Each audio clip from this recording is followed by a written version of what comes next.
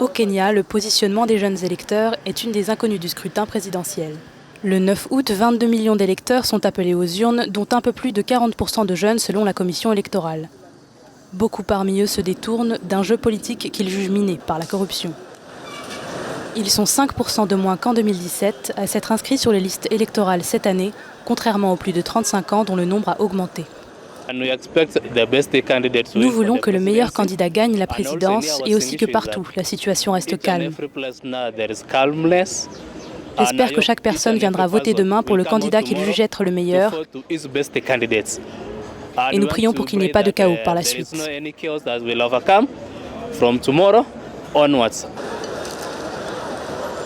La jeune génération, réputée moins encline à voter sur la base d'appartenance tribale, pourrait apaiser les tensions politico-ethniques qui secouent souvent le Kenya en période électorale, veulent croire les analystes.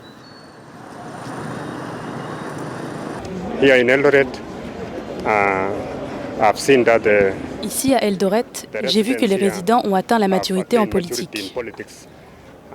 Lors des élections précédentes, il arrivait que certains incitent les gens à se battre les uns contre les autres pour obtenir des avantages politiques.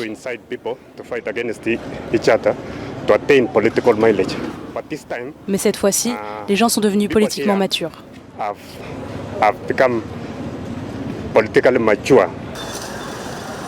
Malgré les efforts de la commission électorale pour mobiliser la jeunesse, notamment par le biais des réseaux sociaux, le désintérêt pour la politique domine.